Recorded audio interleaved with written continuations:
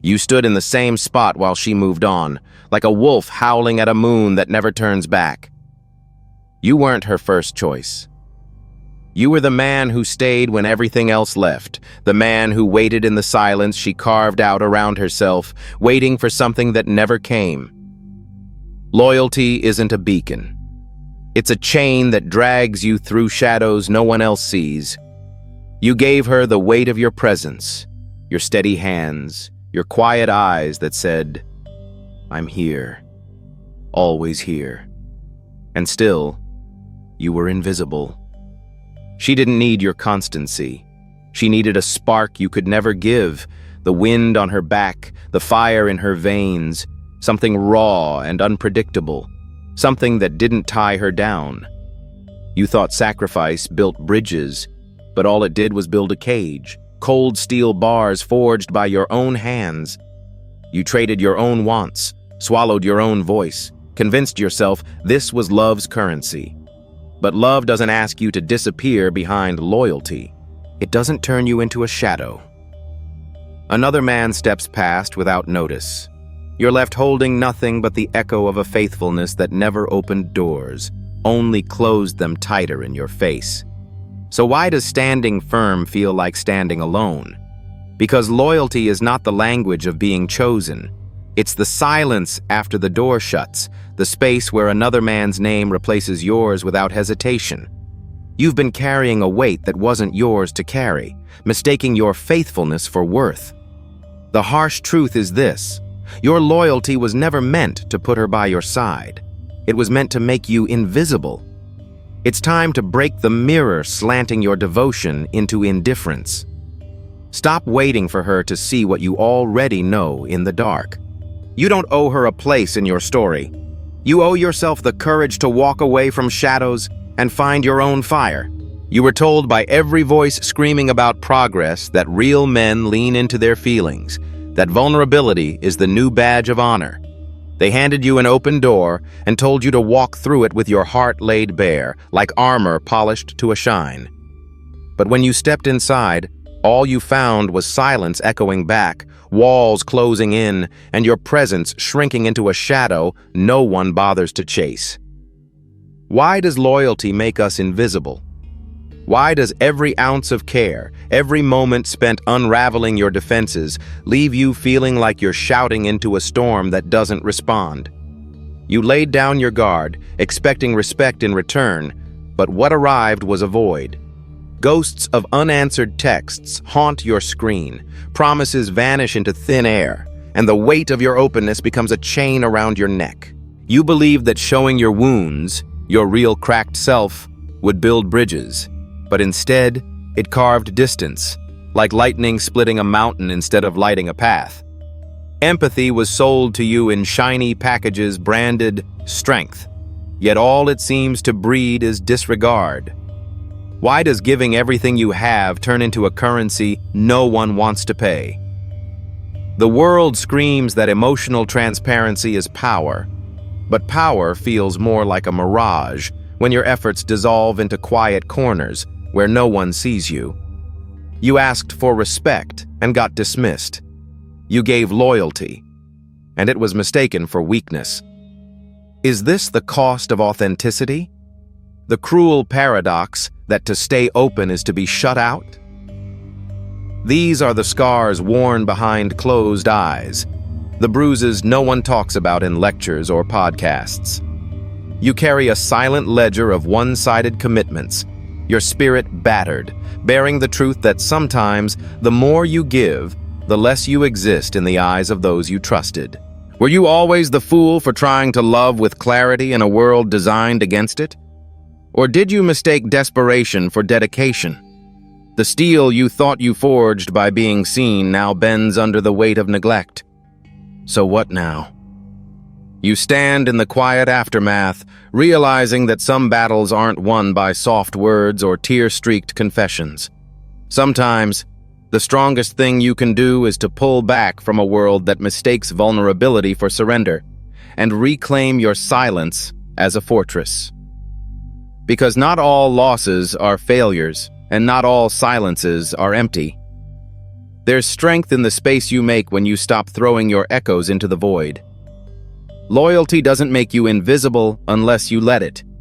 It's time to stop being the man who speaks loudest to the wind and become the one the wind respects, even when he's still. Pain isn't your enemy. It's the storm slamming against your roots, the relentless wind testing the steel in your frame. You don't get to skip the thunder and lightning, but Stoicism teaches you this. The storm may bend you, but it won't break the storm-tested oak that holds its ground deep in the earth. You've carried wounds, bruises of rejection, and the venom of disrespect, like jagged rocks scraping your hands during a climb you didn't choose. You felt stripped of your worth, exposed like bare skin under cold rain. But the Stoic truth cuts sharper than that pain. Your spirit belongs to no one. This isn't about denial or pretending you don't feel. It's about knowing that the fire of hardship is the forge that tempers the steel of your soul. Think of Marcus. He was a brother caught in the exhausting chase for a kind of approval that always slipped through his fingers, like smoke dissolving before it settled. For years, he twisted himself to fit into spaces dictated by others' standards, until his heart cracked beneath the weight of constant pursuit. But then something shifted. He stopped running after approval like a stray wolf chasing phantom scents. Instead, he rooted himself not in the shifting soil of other people's opinions, but in the solid ground of his own purpose. He embraced the ache without begging for relief, understanding that tenderness meeting treachery was a mirror, not a wound meant to bleed forever. Marcus learned to sit with the ghosts, the lost chances, the disrespect, the silent nights alone, and to listen. These weren't curses, but lessons carved into his battle-scarred flesh. You too have that same choice. The pain you carry? It doesn't shatter you unless you hand it the hammer. The world pressures you to fracture, to bow and break, but when you refuse to validate the judgments and unmet desires thrown at you, you reclaim sovereignty. No angry word, no false love, no betrayal can take from you what you guard fiercely, your inner citadel. Stoicism doesn't tell you to kill your emotions. It teaches you to steer your ship through the storm, not to be swept under the waves. Your feelings are the wind in your sails, not the tempest dragging you under. The difference between a man who melts and one who endures is in this. The latter reads the storm as a map, not a sentence. You learn which gusts to ride, which to brace against, and which to let pass until calm returns. The world will keep throwing its worst, loss, disrespect, questions without answers. But this is your truth. Pain is the anvil on which your spirit's sharpened, not the hammer that crushes it. You walk through hell, and it does not consume you because you've anchored yourself beyond the reach of shifting tides. Strength isn't loud. It doesn't need to be seen or validated. It's a quiet resilience, an unyielding refusal to collapse under pressure. You weren't made to break. You were forged to stand, to absorb the storm, and to rise, and in silence, that is your victory. Detachment isn't coldness. It's the iron clasp around your soul that refuses to let the noise, the rejection, or the betrayal dictate how you move through the world. You don't distance yourself because you don't care. You distance yourself because you command yourself. Like a captain steering through the storm, you watch the waves but don't toss the ship. You acknowledge the fire burning inside without letting the flames consume your mind. That's self-command. It's a muscle forged only by refusing to be a slave to circumstance. Emotional control is not about bottling your feelings into some stoic cage. It's the discipline to hold your ground while feeling everything fully. You can taste the bitterness in your throat and still decide not to choke on it. Every roar inside you, every pulse of anger or pain, you let them pass like wind over a mountain ridge, felt, seen, but unmoved. This balance is your fortress. When the world tries to trigger you, you don't respond as a man whipped by his impulses.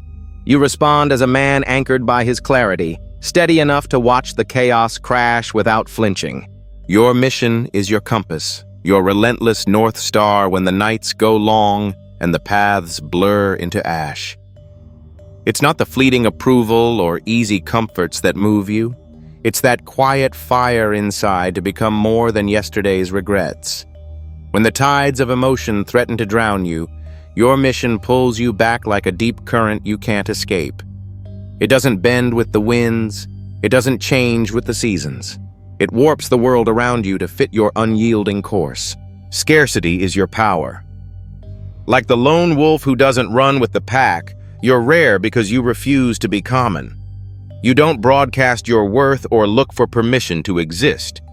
You carve your space through the thick forest of mediocrity, respected because you chose silence over noise, purpose over distraction, and solitude over the shallow tribe. You become the exception, the man measured not by how many follow, but by how many respect the ground you claim with every deliberate step. You let your actions speak loudest when the world expects noise.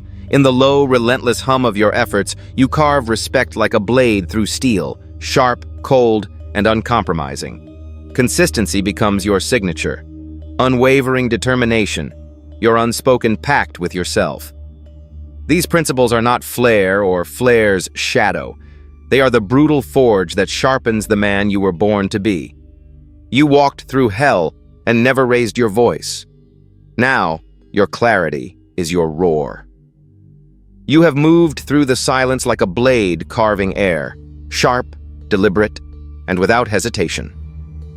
No longer shackled to the expectations that once clawed at your throat, you stand untamed, a force weathered by storms the world never warned you about.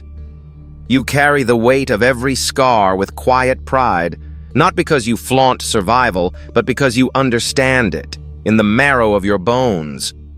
This isn't about loud declarations or empty displays. It is the stillness after the battle when the noise dies away and only the truth remains. You are a stoic warrior forged in the fire of loss, rejection, and relentless testing. You don't rise so others see you. You rise because your spirit demands it. They will watch, not because you've chased their approval, but because you've earned your place in the dust and the wind. You have become your own compass, no longer a fragment of someone else's map or measure. Your worth is no longer a question, no longer borrowed. It is a quiet, unbreakable certainty. You are the storm's anchor, unmoving, solitary, unyielding. I lead in silence, you say, not as a boast, but as a statement of fact. The storm rages, you endure. They will understand this truth only when your shadow stretches long and steady across what once threatened to consume you. That is power. That is home.